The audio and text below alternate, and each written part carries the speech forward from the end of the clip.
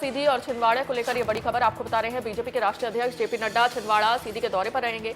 BJP के राष्ट्रीय अध्यक्ष जेपी नड्डा चुनावी हुंकार यहां से भरते नजर आएंगे और आज सीधी और छिंदवाड़ा में जनसभा को जेपी नड्डा संबोधित करेंगे। तो सिहावल विधानसभा क्षेत्र के बहरी में जनसभा को जेपी नड्डा संबोधित करेंगे। बीजेपी प्रत्याशी डॉक्टर राजेश मिश्र के समर्थन में जेपी नड्डा संबोधित करेंगे, जनता से वोट्स की अपील करेंगे। ये बड़ी खबर आपको बता रहे हैं। तो बीजेपी मिशन सीधी और छिंदवाड़ा पर रहने वाली है और साथ ही आपको बता दें कि अब तमाम तैयारियां बीजेपी की ओर से की जा रही हैं, जिसके चलते अब बीजेपी के जो राष्ट्रीय अध्यक्ष हैं जेपी नड्डा वो सीधी और छिंदवाड़ा के दौरे पर रहेंगे, चुनावी हुंकार भरेंगे, बीजेपी के पक्ष में माहौल बनाएंगे।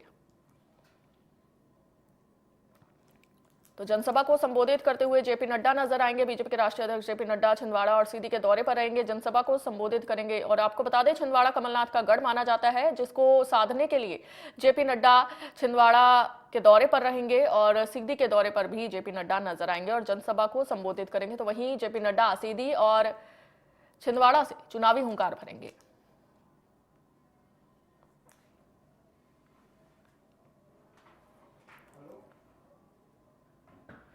तो ये बड़ी खबर आपको बता रहे हैं, जहां पर अब लगातार लोकसभा चुनावों से पहले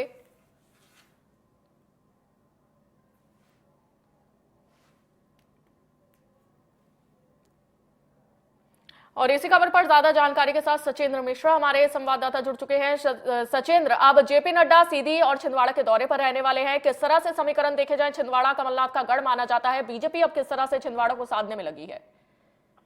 देखिए कांची, आज हम पहले तो बिंद रीजन की बात करेंगे। तो बिंद रीजन का जो सीधी लोकसभा क्षेत्र है जी, तो सीधी लोकसभा क्षेत्र का सिहावल विधानसभा क्षेत्र है, वहाँ का एक बाहरी इलाका है। जो सिहावल विधानसभा क्षेत्र CWC के जो मेंबर है कमलेश्वर पटेल, उनका गढ़ माना जाता है।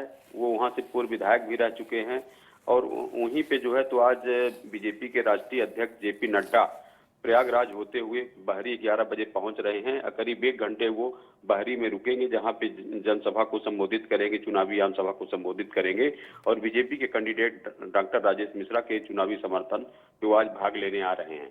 तो देखिए इसमें खास महत्व, यहाँ जो खास बातें होंगी तो चूंकि यहाँ सीधी जिले में सीधी खास तौर से सीधी संसदीय क्षेत्र जो है बिंद रीजन का, यहाँ अगड़ा और पिछड़ा की लड़ाई चल रही है।